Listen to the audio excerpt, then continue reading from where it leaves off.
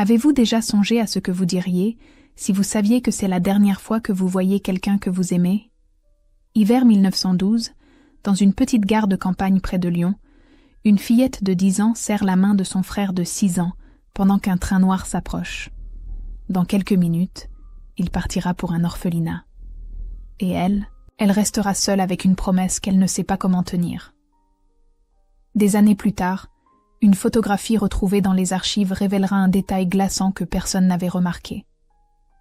Et ce que cette image raconte sur la pauvreté, la séparation et la force des liens du sang dépasse tout ce qu'on peut imaginer. Restez bien jusqu'à la fin, car je vais vous raconter toute cette histoire dramatisée, inspirée de la réalité. Avant de commencer, abonnez-vous à la chaîne, laissez un j'aime si vous aimez les récits humains profonds, et dites-moi dans les commentaires de quelle ville vous regardez cette vidéo. Votre soutien aide à faire vivre ces histoires et à rappeler que, derrière chaque photo oubliée, il y a des promesses, des douleurs et des vérités que nous partageons tous.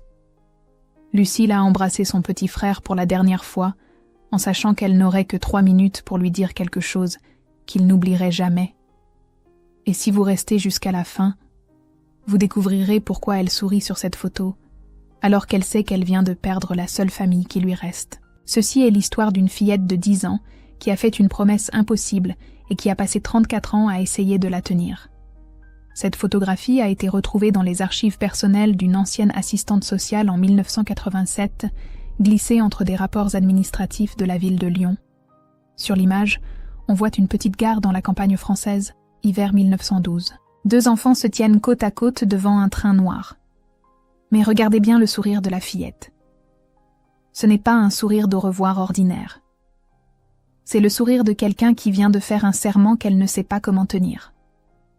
Voici Lucille Delaunay, 10 ans, avec ses tresses mal faites et son regard trop sérieux pour son âge. À côté d'elle, son frère Étienne, 6 ans, porte un manteau 3 fois trop grand pour lui. Et il y a ce détail qui glace le sang. Un numéro épinglé sur sa poitrine. Le numéro 47. Comme s'il était un colis à expédier.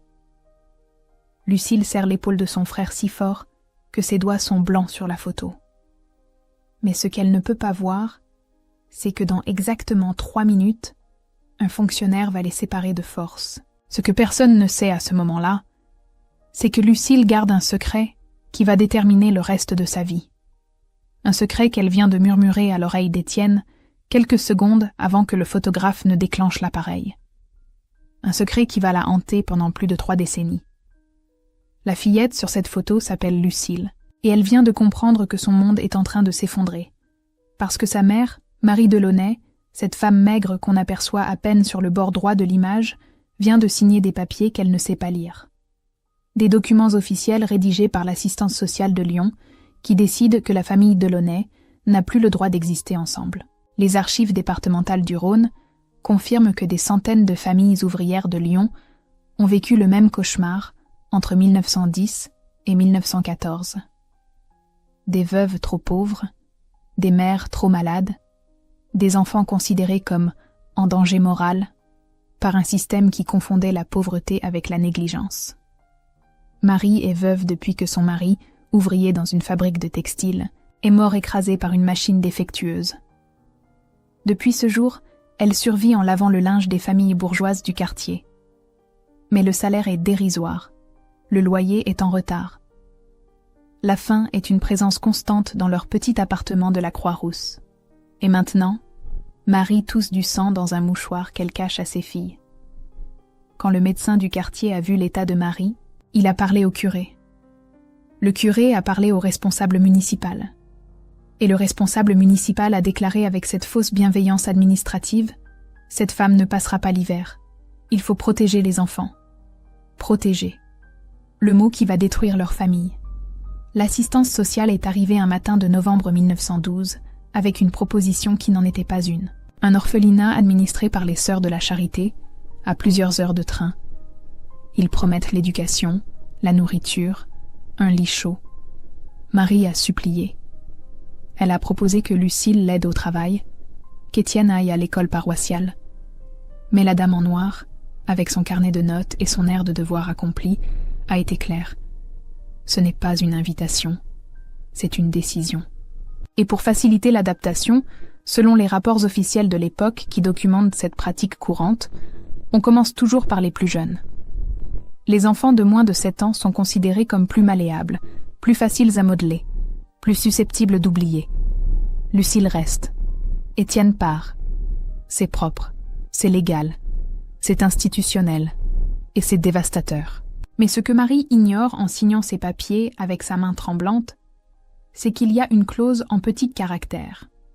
Une clause que personne ne lui explique parce qu'on suppose qu'elle ne comprendrait pas de toute façon. Cette clause stipule que le placement peut devenir définitif si la situation familiale ne s'améliore pas dans les 6 mois. 6 mois, 180 jours pour guérir d'une maladie mortelle, trouver un travail stable et prouver à des bureaucrates qu'elle mérite de garder son fils. Marie sait déjà qu'elle n'aura jamais ces 6 mois.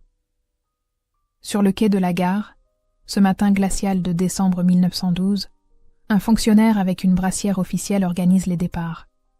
Il y a 12 enfants qui partent ce jour-là. 12 numéros épinglés sur 12 manteaux. 12 familles qui se déchirent sous le regard froid de l'administration. Le fonctionnaire exige une photographie pour les dossiers. C'est rapide, professionnel. Personne n'imagine que ce sera le dernier instant où Marie, Lucille et Étienne seront ensemble. Et c'est à ce moment précis, juste avant que le photographe ne presse le déclencheur, que Lucille se penche vers son frère. Elle sent le poids terrible de ce qui est en train de se passer. Elle voit les larmes silencieuses de sa mère. Elle entend le sifflet du train qui commence à chauffer. Et elle fait la seule chose qu'une enfant de 10 ans peut faire face à l'injustice. Elle fait une promesse. « Je te promets que je viendrai te chercher. Je te jure, Étienne. » Le photographe déclenche. L'image se fige. Et dans exactement 2 minutes, cette promesse va devenir le fardeau le plus lourd qu'une fillette ait jamais porté. Parce que ce que Lucille ne sait pas encore, c'est que son frère va grandir en croyant qu'il a été abandonné, que leur mère va mourir en moins de 3 ans, et qu'elle-même va passer les 34 années suivantes à chercher un petit garçon qui est devenu un homme sous un autre nom, dans un endroit qu'elle ne connaît pas, convaincue que personne ne l'a jamais aimé. Mais pour comprendre comment une promesse faite par une enfant de 10 ans a survécu à 3 décennies, 2 guerres et un système conçu pour effacer les traces, nous devons revenir en arrière, 6 mois avant cette photo. Quand Marie Delaunay était encore assez forte pour croire que l'amour maternel pouvait vaincre la bureaucratie. Lyon, juin 1912. 6 mois avant la photographie. C'est l'époque où les mères du quartier de la Croix-Rousse cachent encore leurs enfants quand elles entendent des pas inconnus dans l'escalier. Parce qu'il existe une loi non écrite dans ce quartier ouvrier. Si tu montres que tu ne peux pas nourrir tes enfants, quelqu'un viendra te les prendre. Des témoignages recueillis en 1950 par des historiens locaux confirment cette atmosphère de terreur silencieuse qui régnait dans les familles pauvres de l'époque. Marie Delaunay vit cette terreur chaque jour. Elle se lève à 4 heures du matin pour aller chercher le linge des familles riches avant que ses enfants ne se réveillent. Elle travaille jusqu'à minuit, les mains rougies par l'eau froide et le savon, pour gagner à peine de quoi payer la moitié du loyer. Le reste, elle le négocie avec le propriétaire mois après mois, promesse après promesse. Mais ce matin de juin, quelque chose est différent. Marie se réveille avec du sang sur l'oreiller. Ce n'est pas la première fois. Depuis 3 mois, la toux est devenue plus forte, plus douloureuse. Elle sait ce que cela signifie. Elle a vu sa propre mère mourir de la même façon, crachant ses poumons morceau par morceau. Lucille trouve sa mère effondrée dans la cuisine, tenant un linge taché de rouge. À 10 ans, Lucille a déjà compris que dans leur monde, montrer de la faiblesse est dangereux. Elle nettoie le sang, cache le linge au fond d'un seau et aide sa mère à se lever. Étienne, 6 ans, dort encore dans le coin de la pièce qui sert de chambre pour les 3. « Maman ne va pas bien », dit Lucille ce jour-là à son frère. Ce sont les premiers mots d'une conversation qu'elle va répéter pendant des années, avec des variations de plus en plus désespérées. Depuis toute petite, Lucille a remarqué quelque chose d'étrange chez son père. Il rentrait de la fabrique avec ce regard vide, et parfois, tard le soir, elle l'entendait pleurer en silence dans le noir. Elle ne comprenait pas pourquoi un homme fort comme lui pleurait, Maintenant qu'il est mort, écrasé par une machine qui n'aurait jamais dû fonctionner ce jour-là selon le rapport d'accident conservé aux archives municipales, elle comprend. Il pleurait parce qu'il voyait l'avenir. Il savait que dans un monde qui transforme les hommes en machines et les familles en statistiques, l'amour ne suffit pas. Et puis un jour de septembre, la catastrophe annoncée frappe. Marie s'effondre en pleine rue, devant le lavoir public. Les voisines la ramènent chez elle. Le médecin du quartier vient, examine, secoue la tête. Il parle à voix basse avec la femme du boulanger. La femme du boulanger parle au curé. Le curé parle au responsable de l'assistance sociale. 3 semaines plus tard, la dame en noir frappe à la porte. Elle ne vient pas seule. Elle est accompagnée d'un homme avec une mallette de documents officiels. Il s'assoit à la table bancale de la cuisine. Marie, épuisée, les yeux cernés, essaie de comprendre ce qu'ils lui disent. Mais les mots sont compliqués, les phrases longues, le vocabulaire administratif impénétrable. Pour leur bien, répète la dame. Protection des mineurs en situation de vulnérabilité. Établissement reconnu par l'État. Meilleur avenir. Marie pleure et supplie. Elle promet qu'elle va guérir, qu'elle va trouver plus de travail, que Lucille est assez grande pour aider. Mais l'homme avec la mallette sort des formulaires.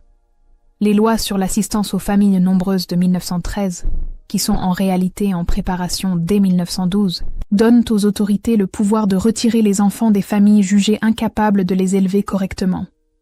Si vous refusez, nous serons obligés de placer les 2 enfants immédiatement, explique la dame avec cette douceur administrative qui est pire que la cruauté. Si vous acceptez le placement volontaire du plus jeune, Lucille pourra rester avec vous, au moins pendant quelque temps. C'est un choix impossible, perdre les 2 ou perdre un seul. Marie regarde Lucille, qui serre Étienne contre elle dans le coin de la pièce. Elle regarde son fils, qui ne comprend pas pourquoi ces étrangers parlent de lui comme s'il était un problème à résoudre. Et elle signe. Parce que dans son esprit de mère épuisée et malade, garder au moins un enfant semble être le moins pire des désastres. Ce que Marie ne comprend pas, c'est qu'elle vient de signer bien plus qu'un placement temporaire. Elle vient de donner à l'administration le pouvoir de décider si elle reverra un jour son fils. Les rapports des Sœurs de la Charité de cette époque, conservés aux archives départementales, montrent que sur 100 enfants placés, moins de 20 retournaient dans leur famille d'origine. Le train est prévu pour le 8 décembre 1912. 6 semaines pour dire au revoir. 6 semaines pendant lesquelles Marie essaie d'expliquer à Étienne qu'il va partir pour un moment, qu'il va aller dans un endroit avec d'autres enfants, qu'il va bien manger et apprendre plein de choses. Étienne ne comprend pas. Il a 6 ans. Pour lui, être séparé de sa mère et de sa sœur signifie une seule chose. Il a fait quelque chose de mal. Il passe les 6 semaines à être trop sage, trop silencieux, espérant que s'il est assez bon, maman changera d'avis. Lucille, elle, passe ces 6 semaines à grandir trop vite. Elle apprend à laver le linge comme sa mère. Elle apprend à économiser chaque centime. Elle apprend à mentir aux voisines qui demandent pourquoi Marie ne sort plus. Et surtout, elle apprend à cacher sa propre terreur. Parce que Lucille a découvert quelque chose de terrible.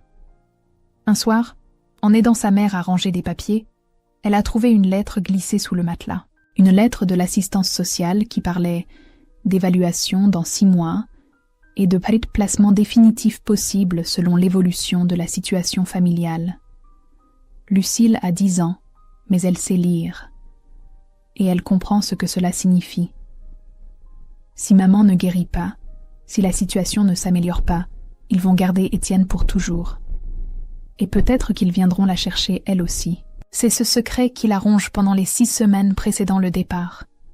Elle ne peut pas en parler à sa mère, qui est déjà détruite de culpabilité. Elle ne peut pas en parler à Étienne, qui est trop jeune pour comprendre. Elle porte ce poids toute seule, comme elle va porter tant d'autres poids dans les années à venir. Le 8 décembre arrive trop vite, et pas assez vite. Marie a cousu un numéro sur le manteau d'Étienne, le numéro 47. Ses mains tremblent tellement qu'elle doit recommencer 3 fois. Lucille regarde sa mère coudre ce numéro, et elle comprend que c'est la chose la plus cruelle que le monde puisse faire à une mère, la forcer à marquer son propre enfant comme un colis. Sur le chemin vers la gare, Étienne marche entre sa mère et sa sœur. Il tient la main de Lucille d'un côté, la main de Marie de l'autre. Il ne pleure pas. Il ne parle pas.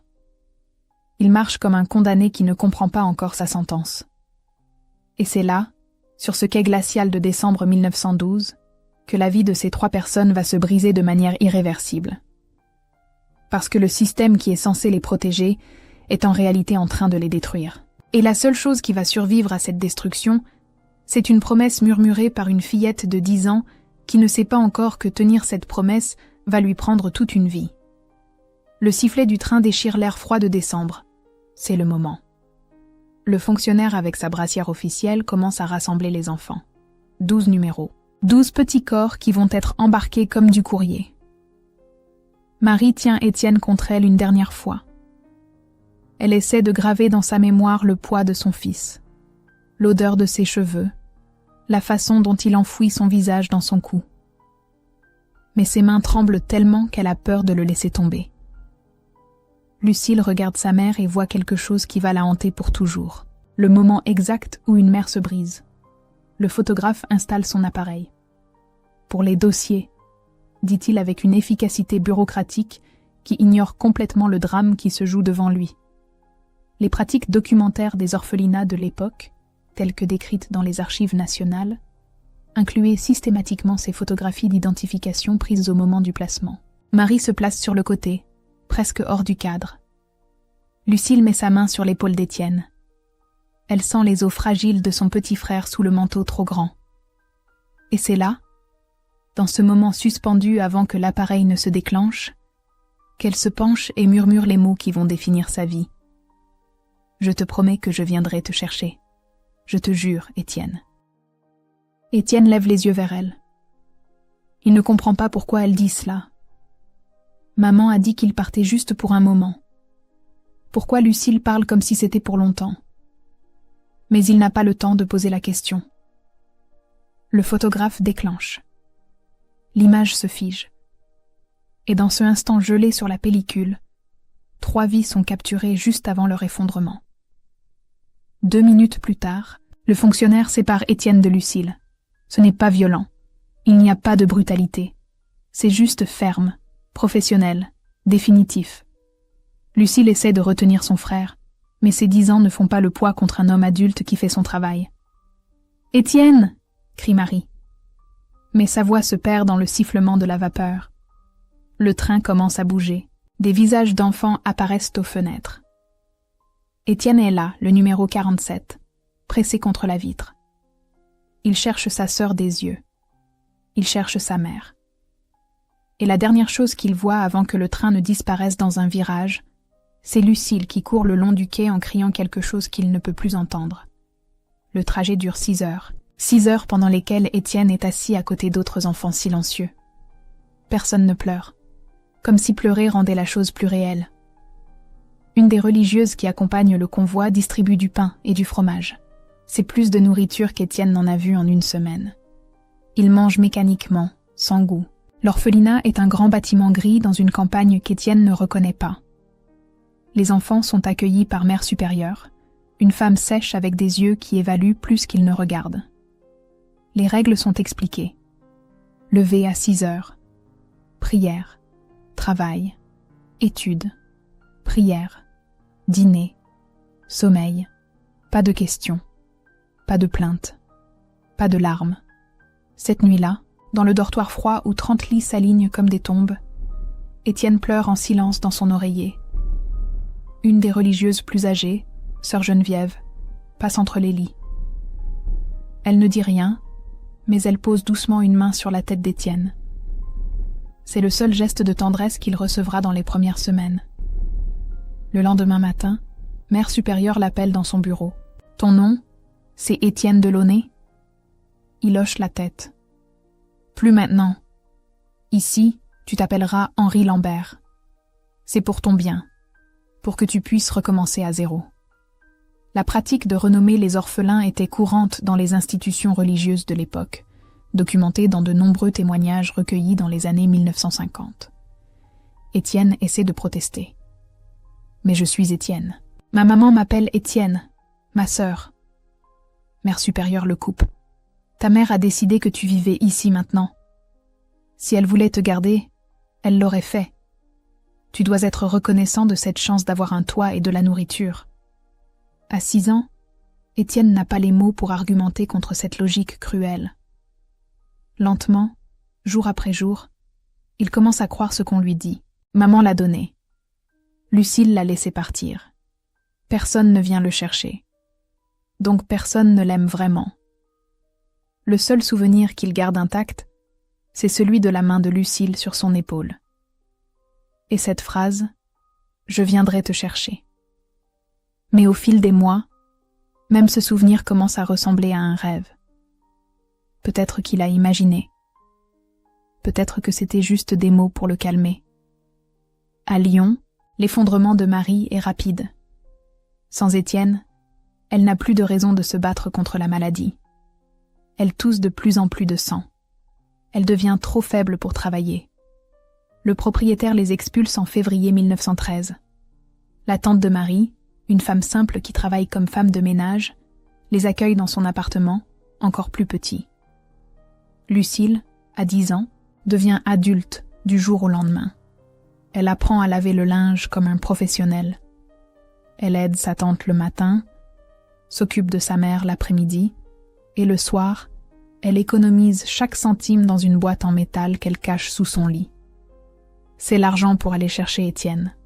C'est l'argent de la promesse.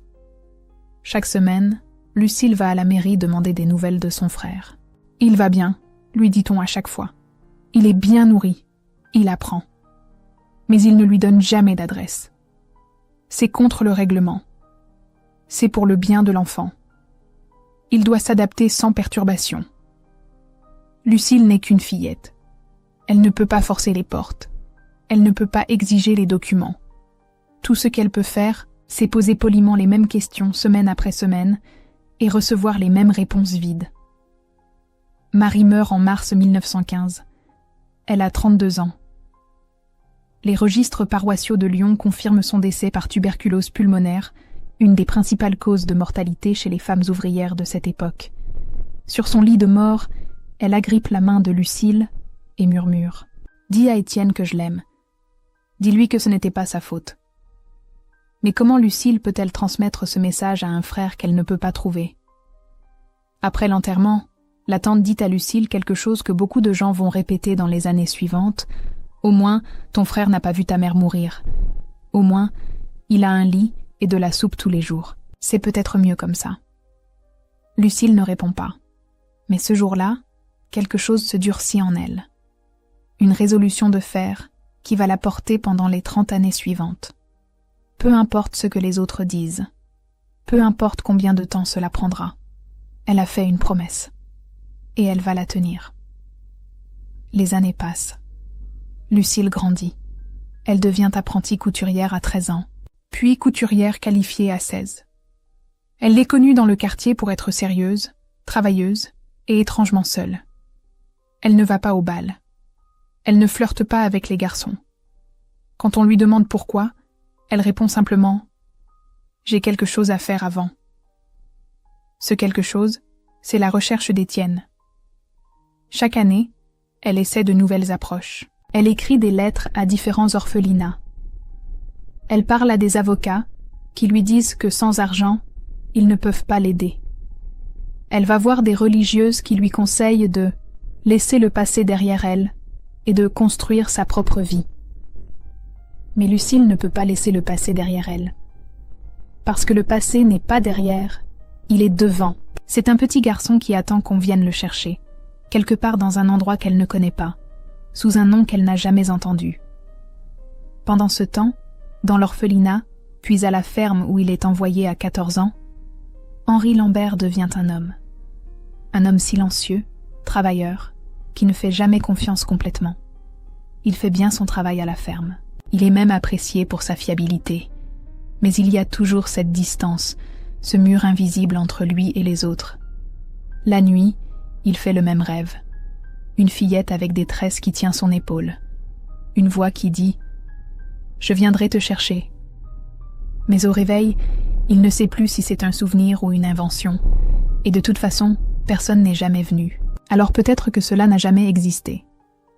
Mais ce que Henri ne sait pas, c'est que quelque part à Lyon, une femme qui porte le poids d'une promesse d'enfance n'a jamais arrêté de chercher. Et qu'en 1946, le monde va enfin lui donner une chance. Printemps 1946. La guerre est terminée. La France essaie de reconstruire non seulement ses bâtiments, mais aussi ses familles déchirées. Le ministère de la Santé publique lance une campagne nationale appelée « Recherche des enfants séparés ». Des annonces passent à la radio. Des bureaux s'ouvrent pour aider les familles à retrouver des proches perdus pendant la guerre, mais aussi avant. Lucille Delaunay a maintenant 44 ans. Elle n'a jamais eu d'enfant. Elle n'a jamais eu de mari. Elle vit seule dans un petit appartement de Lyon, où elle continue à travailler comme couturière. Ses mains sont abîmées par des décennies d'aiguilles et de tissus. Ses cheveux commencent à grisonner. Mais ses yeux ont toujours cette détermination qu'elle avait à 10 ans sur le quai de la gare. Ce mardi après-midi d'avril, elle ajuste l'ourlet d'une robe quand la radio diffuse l'annonce. Elle a presque cessé d'écouter ses appels. Elle a essayé tellement de fois, tellement de portes fermées, tellement de « Désolé, nous ne pouvons pas vous aider ». Mais quelque chose dans les mots de l'annonce l'a fait arrêter. Les registres des orphelinats fermés avant 1920 sont en cours de révision. Avant 1920, l'orphelinat d'Étienne, celui où il est parti en 1912. Le lendemain matin, Lucille prend le premier train. Elle a l'adresse de l'ancien orphelinat, obtenue il y a 20 ans lors d'une de ses nombreuses tentatives. Elle sait que le bâtiment a été en partie fermé après la guerre. Mais peut-être qu'il reste quelqu'un qui se souvient. Le voyage dure 4 heures. Lucille regarde par la fenêtre le paysage défiler. Elle a fait ce trajet dans sa tête 1 million de fois. Maintenant qu'elle le fait vraiment, elle a peur. Peur de ce qu'elle va trouver. Peur de ce qu'elle ne va pas trouver. Le bâtiment est plus petit qu'elle ne l'imaginait. Une partie sert encore de foyer d'accueil pour quelques enfants. Le reste est vide, les fenêtres cassées. Un vieil homme avec un tablier de jardinier travaille dans la cour. Lucille s'approche. « Excusez-moi, monsieur. Je cherche quelqu'un qui aurait travaillé ici en 1912. » L'homme se redresse péniblement. Il a au moins 70 ans. 1912 ? J'ai commencé à travailler ici en 1908, avec les sœurs, avant que la plupart partent. Le cœur de Lucille s'emballe. Je cherche mon frère. Il a été placé ici en décembre 1912.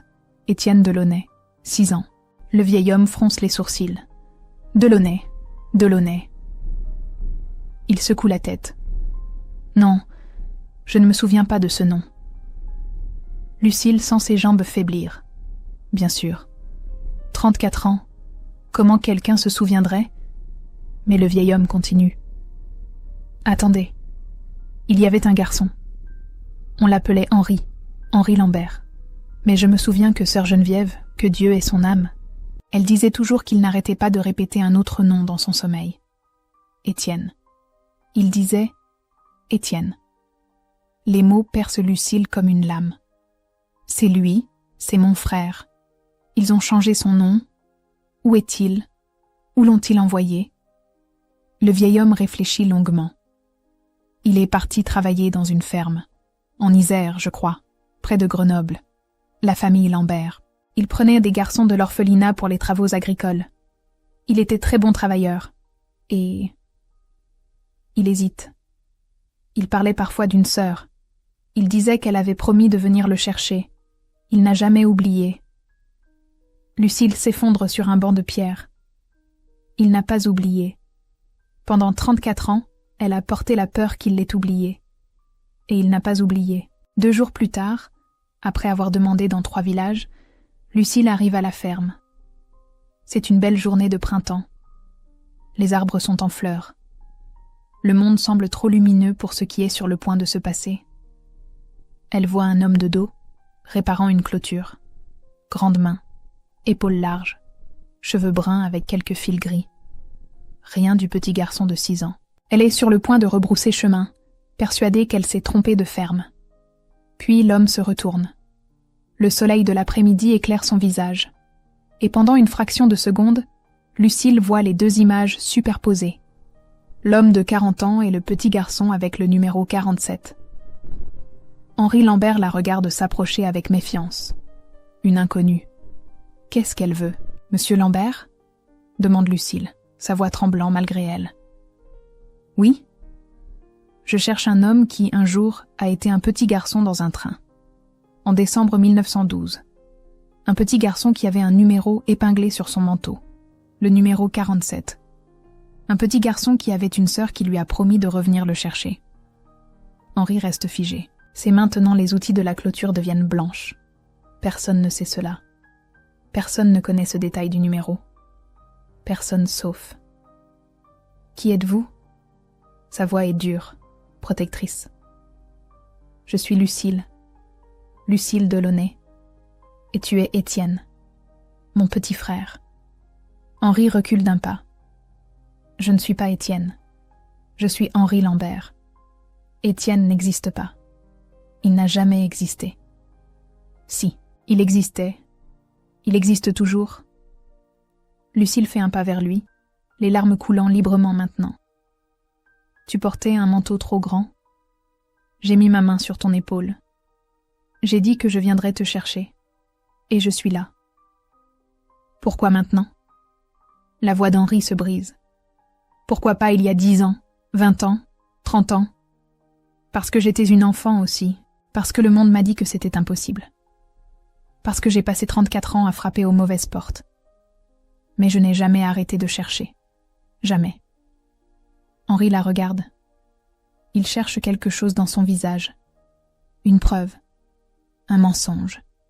N'importe quoi. Prouve-le. Prouve que tu es ma sœur. Lucille ferme les yeux. J'ai attaché un foulard bleu autour de ton cou avant que tu montes dans le train. Je l'ai caché sous ton manteau. Je t'ai dit, pour que tu n'oublies pas le ciel de Lyon. Henri chancelle. Le foulard bleu. Il l'avait gardé pendant des années, jusqu'à ce qu'il tombe en lambeaux. Personne ne savait. Même les sœurs ne l'avaient jamais vu. Lucille continue, sa voix tremblante. Et je te chantais une chanson quand tu faisais des cauchemars. Dors, mon petit, le vent te berce. Elle commence à chanter doucement. Les mots sont simples, la mélodie ordinaire. Mais quelque chose se produit dans le corps d'Henri. Ce n'est pas un souvenir conscient, c'est plus profond. Ses jambes cèdent. Il tombe à genoux dans l'herbe. « Je t'ai haï », dit-il, sa voix brisée. « Je t'ai haï pendant des années. Je me suis endormie en imaginant que je te criais dessus, que je te disais que tu avais menti. »« Je sais », dit Lucille en s'agenouillant devant lui. « Tu avais raison de me haïr. J'aurais dû faire plus. J'aurais dû trouver un moyen. Pourquoi maman ne m'a jamais écrit ? Pourquoi elle n'est jamais venue ? Elle est morte, Étienne, en 1915, de la même maladie qui a fait qu'ils t'ont pris. Elle est morte en me demandant de te dire qu'elle t'aimait, que ce n'était pas ta faute. » Henri pleure maintenant. Des décennies de douleur qui sortent. On m'a dit qu'elle m'avait donné, qu'elle ne voulait pas de moi. Elle voulait de toi. Elle t'aimait plus que sa propre vie. Ils nous ont menti à tous. Ils restent là, dans cette ferme de l'Isère, deux survivants d'un système qui a détruit leur enfance. Autour d'eux, le printemps continue, indifférent à leur douleur et à leurs retrouvailles. Les retrouvailles ne sont pas comme dans les contes. Il n'y a pas d'embrassades immédiates, pas de musique qui gonfle. Juste deux personnes qui marchent côte à côte dans une ferme, essayant de combler 34 ans de silence avec des mots qui ne suffisent jamais. Henri montre à Lucille où il vit. Une petite chambre au-dessus de la grange. Propre, austère, fonctionnelle. Sur la seule étagère, il y a 3 objets. Une Bible, un couteau de poche usé et un morceau de papier jauni dans un cadre. « Qu'est-ce que c'est » demande Lucille. Henri hésite, puis décroche le cadre et le lui tend. C'est une reproduction de journal, presque illisible après des décennies. Mais on peut encore distinguer l'image. Une petite gare, 2 enfants, une femme sur le côté. La photographie de 1912. « Je l'ai trouvée dans une poubelle », dit Henri. Une des vieilles sœurs l'avait jetée, C'était dans un article sur les orphelinats. J'ai regardé cette photo pendant 34 ans sans savoir que la fille à côté de moi n'avait jamais arrêté de me chercher. Lucille touche l'image avec des doigts tremblants. Moi non plus, je ne savais pas que tu la gardais, que tu te souvenais. Ils passent l'après-midi à reconstruire leurs histoires. Henri parle de l'orphelinat, de la ferme, des années à se sentir comme une pièce qui n'allait dans aucun puzzle. Lucille parle de la mort de leur mère, des tentatives désespérées, des portes fermées, de la promesse qui l'a empêchée de construire sa propre vie. « Tu aurais dû m'oublier », dit Henri à un moment. « Tu aurais dû te marier, avoir des enfants, être heureuse. Comment pouvais-je être heureuse en sachant que tu étais quelque part, pensant que personne ne t'aimait ?» Le propriétaire de la ferme, Monsieur Garnier, trouve Lucille et Henri assis sur le perron, alors que le soleil se couche. Il comprend immédiatement ce qui se passe.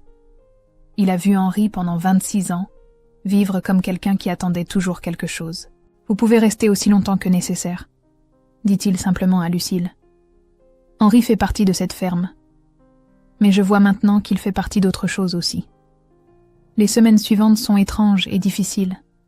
Henri est en colère, puis triste, puis en colère à nouveau.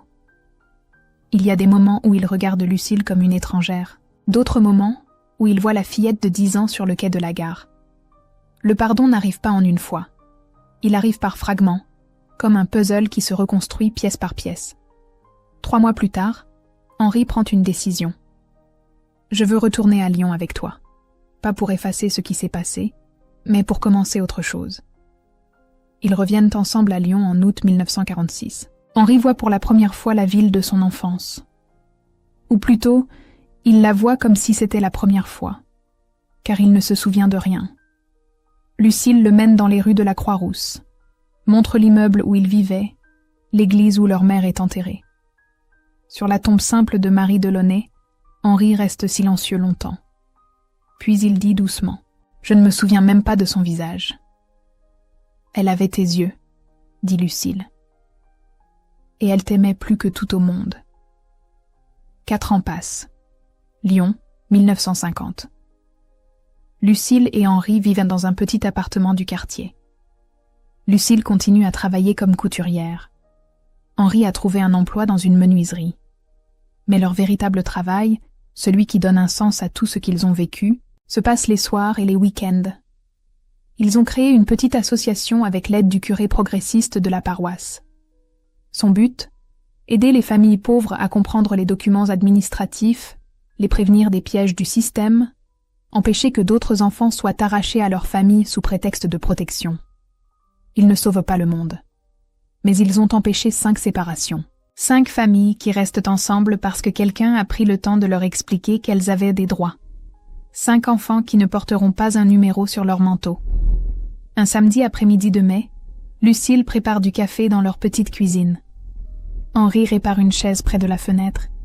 Sur le mur, dans un cadre simple, la photographie de 1912. Lucille a récupéré l'original auprès d'un archiviste qui aidait à cataloguer de vieux documents de l'assistance sociale. Dans cette image figée, on voit encore la fillette de 10 ans et le petit garçon de 6 ans, les fantômes de ce qu'ils étaient. Mais maintenant, cette photo n'est plus une preuve de douleur. C'est une preuve que certaines promesses, même faites par des enfants impuissants, peuvent survivre à tout. Henri lève les yeux de sa chaise. « Tu penses qu'elle sait, maman ?» Lucille verse le café, sourit doucement. « Je pense qu'elle sait, et je pense qu'elle peut enfin se reposer. » De la rue monte le bruit d'enfants qui jouent. Ce sont les enfants de Madame Rousseau, une veuve que Lucille et Henri ont aidé le mois dernier à contester une décision de placement. Les enfants sont restés avec leur mère. Une petite victoire. Mais pour cette famille, c'est tout. Henri regarde la photo sur le mur, puis sa sœur. « Tu l'as fait. Tu as tenu ta promesse. »« Nous l'avons tenue, » corrige Lucille. « Parce que tu n'as jamais cessé d'attendre. La photographie est toujours là, témoin silencieux. Elle ne sera jamais dans un musée. Elle ne sera jamais célèbre. Elle reste dans cet appartement modeste de Lyon. Dans cette cuisine où une sœur et un frère réunis après 34 ans ont transformé leur douleur en quelque chose qui ressemble à de l'espoir. Et si vous avez pleuré avec l'histoire de Lucille et Étienne, si vous avez senti le poids d'une promesse qui traverse les décennies, alors vous devez voir la prochaine photographie. 1923, Marseille. Une jeune femme enceinte tient une valise vide devant un paquebot. Derrière elle, un homme avec du sang sur sa manche lui fait signe. Ce n'est pas un au revoir d'immigration ordinaire. C'est le début d'une histoire où l'amour et le sacrifice se mêlent de façon si douloureuse que même aujourd'hui, presque 100 ans plus tard, cette image fait trembler ceux qui découvrent la vérité derrière ce départ impossible. Certaines histoires ne finissent jamais vraiment. Elles continuent de vivre dans les choix que nous faisons, dans les promesses que nous tenons, dans les familles que nous protégeons. Et parfois, tout ce qu'il faut pour changer le monde, c'est une fillette de 10 ans qui refuse d'oublier. Cette histoire fictionnelle nous rappelle qu'il suffit parfois d'une promesse, même murmurée par une enfant impuissante, pour défier le temps, la guerre et l'oubli. Dans un monde où tant de familles ont été brisées par la pauvreté ou par la peur, Lucille et Étienne nous montrent que l'amour fraternel peut survivre à tout, même à l'injustice des institutions. Chaque promesse tenue, même des décennies plus tard, répare un peu du silence laissé par l'histoire. Et vous, qu'auriez-vous fait à la place de Lucille face à un système plus fort que vous? Croyez-vous que certaines promesses d'enfance peuvent vraiment traverser toute une vie? Avez-vous, dans votre famille, un souvenir ou un secret transmis de génération en génération? Écrivez dans les commentaires le mot « promesse » pour me montrer que vous êtes resté jusqu'à la fin. Dites-moi aussi de quelle ville vous venez. J'aimerais savoir d'où vous écoutez ces récits. Et si vous avez une histoire ancienne, de vos parents ou grands-parents, qui mérite d'être racontée, partagez-la. Elle pourrait inspirer un prochain épisode. Abonnez-vous à la chaîne, aimez la vidéo, activez la cloche pour ne rien manquer, et cliquez sur le prochain épisode pour découvrir une autre histoire où le passé refait surface d'une manière que personne n'aurait pu imaginer. Parce qu'au fond, ces récits ne sont pas seulement des histoires, ce sont des miroirs de ce que nous avons été et de ce que nous refusons d'oublier.